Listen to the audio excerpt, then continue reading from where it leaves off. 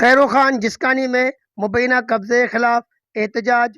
Road کے قریب گاؤں خیر خان جسکانی میں آبائی پلاٹ پر مبینہ قبضے خلاف خواتین، مردوں اور بچوں نے احتجاج کیا۔ مظاہرین نے الزام عائد کیا کہ منظور امتیاز اور دیگر بااثر افراد زبردستی ہمارے پلاٹ پر قبضے کرنے کی کوشش کر رہے ہیں۔ सामान कयूं रोज़ असलो कयूं वेठा आहिनि छा सामान फाइरिंग असांजे घर जे मथां हे वीचारो किरी पियो हिनखे सामान धमकी था ॾियनि त असां मारींदासीं इहो प्लाट असांखे ॾियो।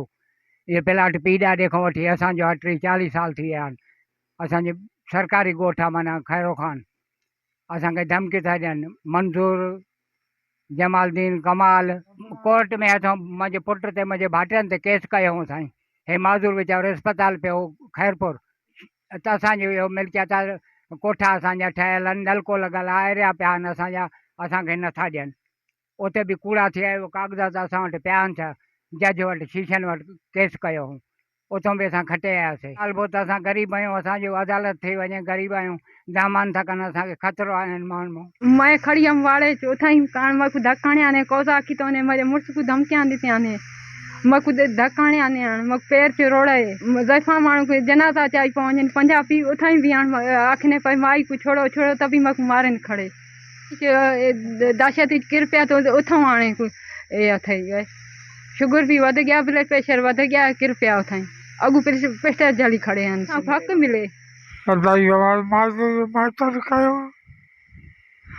मुझे पिलाट ते गोद हो गया छोटा यो दे मार तो दिया देखो आप पिस्तौल खड़ी ऐसी अगवा तो उसे वहाँ खिरी से मोड़ से देखता है खिरी से उताम हो गई ऐसी मारे गई जिनी पुट मेरा कौजा की तने हुई दे करे कृपा यका बीमार पर बच्चा जोरे कौजा की तने आन बाबा ये बिरादरी काने और बेन असा बे से बैठे पाले छन बाबा इना सामान हालत की बचे ना बच्चा पे उठूं कोई ठका बका छोड़े बाबा हक मिले असा को अपना बचा पाए चाहे नहीं तेरे बाबा धमकियां दे जाल कुमारियों ने बाबा पैर से गंढा चा खड़े बेस्ता कर जो ने रवा बाबा लग जो तो सही रोंदी आई यार।